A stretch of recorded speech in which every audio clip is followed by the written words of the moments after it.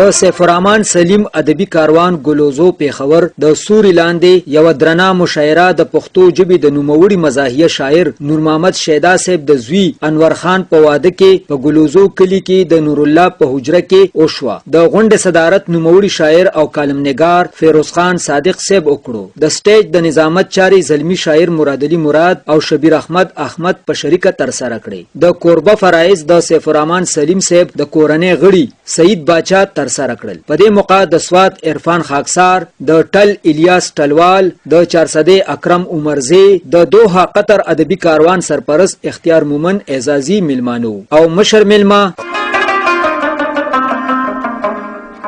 سټیج پر مشران میلمانو جناب صاحب صدر د غونډې صدارت فیروز خان صادق صاحب کوي. د ریډیو پاکستان نوموړی کمپیر جناب حیات اقبال حیات صاحب تخواست دی چې راشي د مشر میلمه په حیث موږ سره په سټیج کښېني. اعزازي میلمانو د سوات نه راغلی عرفان خاکسار صاحب تخواست چې د ټل سره تعلق لرونکي الیاس ټلوال صاحب تخواست دی چې موږ سره د اعزازي میلمه په حیث باندې کښېني. په افتتاحي کلماتو کې مزاحیه شاعر نور محمد شیدا صاحب راغلو ملمنو ته هرکلی ووی. په دې درنه او خوندوره مشاعره کې مراد علي مراد، مصور ساحل او سونور خاغلو د واده زلمی ته منظومه سحری وړاندې کړي او نور راغلو درنو شاعرانو په خپل درنو او سپیزلو منظومو احساساتو او تخلیقاتو د مشاعره ښکلا یو په دوه کړه. خیر دې ډولي مارا کدرانه ده لګه غټه ده نور په جنج کې څه دي بس هم دغه زمون غټه موکل خوشاله ده نن واده ده د انور زه ډېر زیات خوشالېږم ګلوزو کې فاختر لیدو نشي خو یو جال لانا چاپیر دی د جانان د ښایست خیال لانا چاپیر دی تر ته خوای قربان خو ما توبه وستې ده څنګه راټول کم گریوان خو ما توبه وستې ده.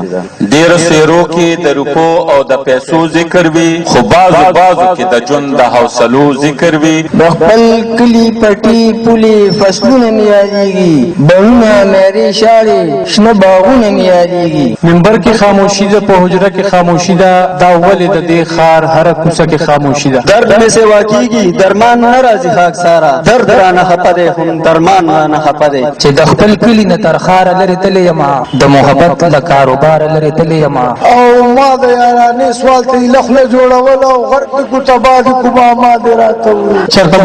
چرته بوډای باندې مې و نه ریدو په جنکو راځي پیریان سم د بلا بچي انور دا واده دی مبارک شه دا د زړه خوشاله ده دی مبارک شه. تا چې په مخ کور بل د پښتو زکه به ولي کو غزل د پښتو من یې ویل ته بس نور قصه مو دوا مور د خبره کا کپلار ته د خلنه جوړيږي درو اختیار یو مدیره بسوندا سي خې مو سي پرېږدم مسله ګیره بسوندا سي خې زه شمشیر د ډېر خوشاله نه لیونی شما خواته چې میرا شیخ خپل نگار کله نه کله هم دین میں محمد دے هم دنیا میں محمد دے کذرو دا اغیار چوی خو رہنما میں محمد ټول زلفش نه خالونه غیار سکړي چې راهي غریب پخېټه باندې نار دي.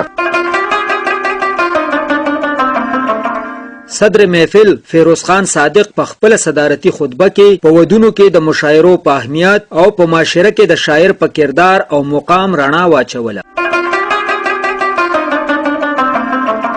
سیف الرحمن سلیم پښتو ادبي کاروان ټول ملګرو هم مننه کوم چې په دې موقع دغه مشاعره را جوړه کړه. خبره ملګرو زما ذهن کې هم ډېرې وي خو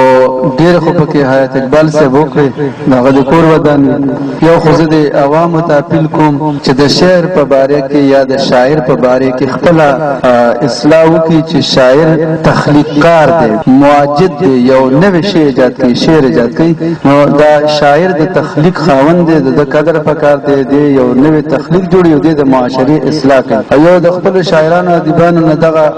غوښتنه کوم چې په دغه سي محفلونو کې ودونو خادو کې دغه سي مشاعره دا جوړول یقینا چې د هغه منکرات او فاحشات او مخنیوي بکې کوم چې زموږ معاشرات تنګ ده کوم دغه سي مثبت سرګرمۍ کوم نو هغه غیر مثبت او منفي سرګرمۍ به زموږ د معاشري نه وځي زموږ معاشره به یو مهذب معاشره جوړيږي.